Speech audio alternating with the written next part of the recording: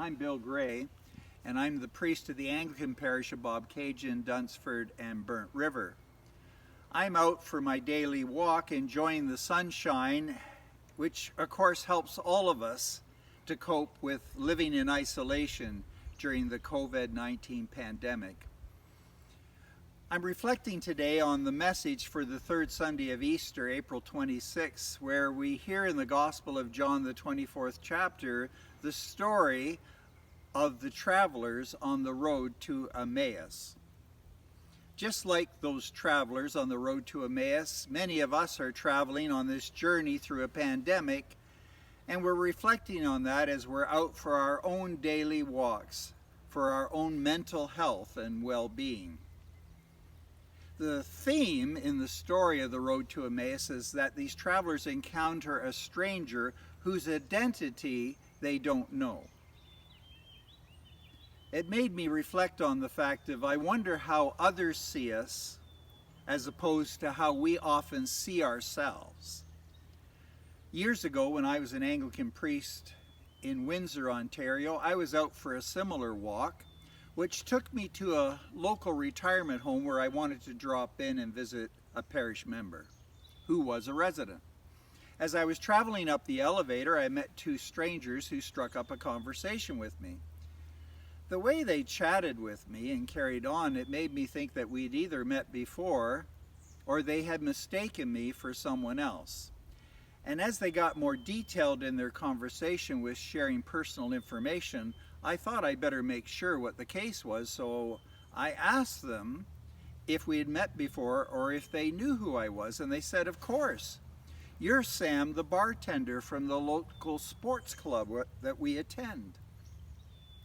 You can imagine their surprise when I revealed to them my true identity of being a local Anglican priest.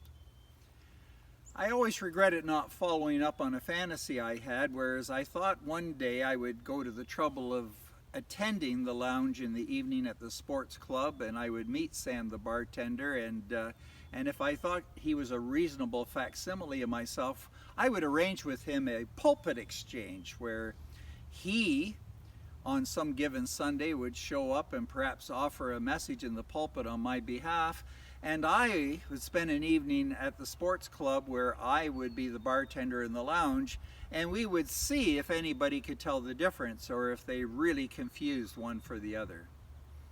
That's not the only time that something like that happened in my life. More recently, in my community of Bobcaygeon, I was at the local Tim Hortons and sitting at a table sipping on my Timmies, and a chap in the table next door struck up a conversation with me that seemed overly familiar for a stranger I haven't met before, and I inquired if we had met before, if he knew who I was, and he said no. He says, "But you know, you have a remarkable resemblance to Dave Broadfoot, who used to be the key comedian on the situation comedy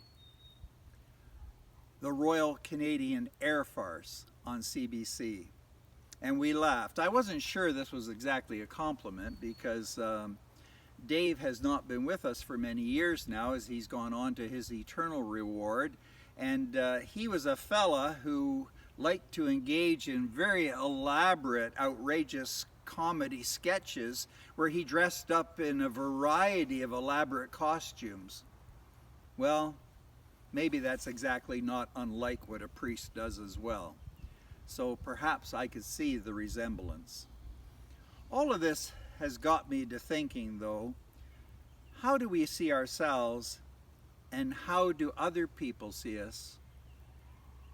What's that got to do with recognizable identity? And how does this relate to the story of those travelers on the road to Emmaus who encounter a stranger?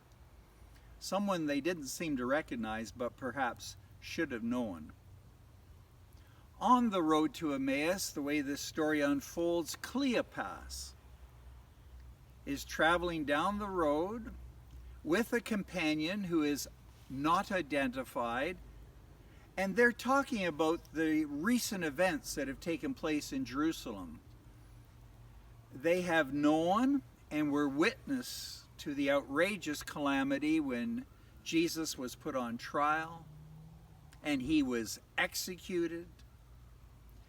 And when the empty tomb was discovered, and they're sharing with one another their disappointment and lost hope because they really thought that Jesus was the Messiah that had come to save Israel. They encounter this stranger on the road who has been eavesdropping on their conversation, and he begins to engage them in conversation, and they share everything of these recent events with him and what they've been talking about, including their lost hope.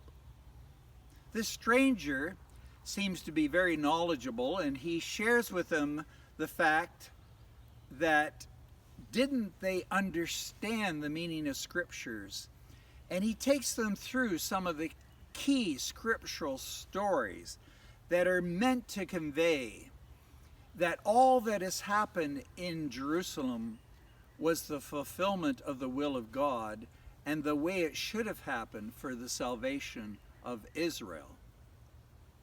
As it's getting late and into the evening and supper time, as the travelers turn into their homes for the evening meal, they invite the stranger to join them. And they break bread and they share a meal and they share more stories and conversation until at last suddenly the stranger becomes recognizable. And it is Jesus. It is the risen Lord.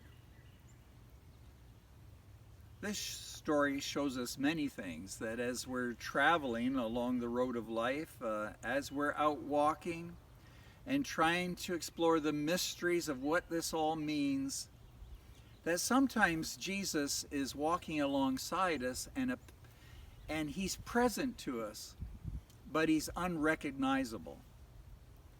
And how does Jesus become recognizable? Well, he becomes known in the fact of, just like in this story, the unfolding of scriptures, knowing the story of faith and what it means and where it's going and where do we find Jesus. It comes to us in the fact of shared hospitality, that when you gather together with strangers or with friends, when we are open to one another and exhibit kindness, when we share meals and the necessities of life, Jesus becomes present. And also to know that Jesus, on those walks, on that journey of life, travels alongside us. And so when we travel alongside one another in the same kind of kindness and hospitality, Jesus again is present to us. There's been lots of debate about the need for isolation and when things would open up again and the economy return to normal in the midst of the requirements of this pandemic that we are experiencing. Protesters of the isolation and the requirements to observe social distancing seem at times to lack empathy for others. Their preoccupation seems to be more for their self, for their own well-being, for their own needs. The difference between a protester of the requirements of isolation and a supporter of isolation seems to be that those supporters have empathy for others, and they're just as concerned about the well-being of others as for themselves. We need to remember that. We need to remember that the will of God, the way of making Jesus present to us, is by having empathy for others and concern for their well-being and not just our own. In this week, as we all know, another terrible tragedy has fallen to us.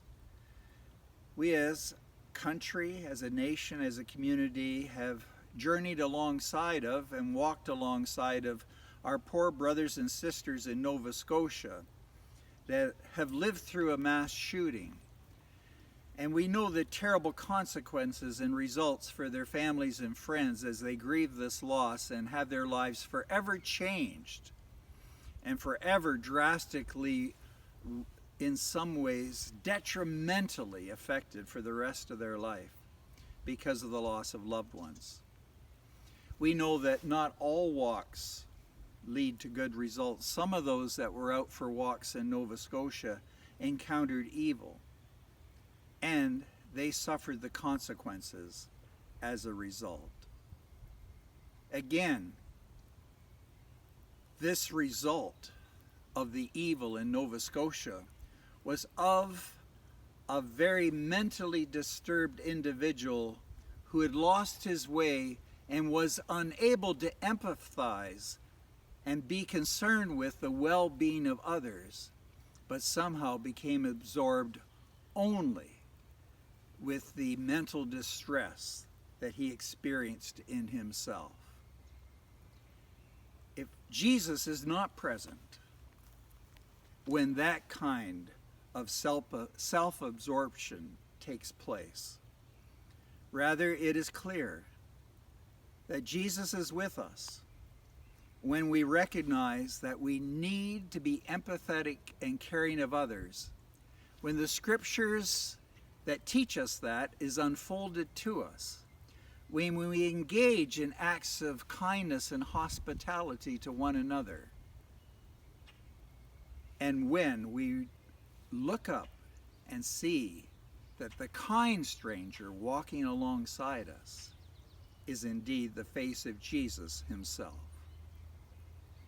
May you walk with empathy, and may you, as the stranger to others, exhibit that kindness, care, hospitality, and the willingness to open up the scriptures to yourself and to others as to the will of God, which is love and not destruction.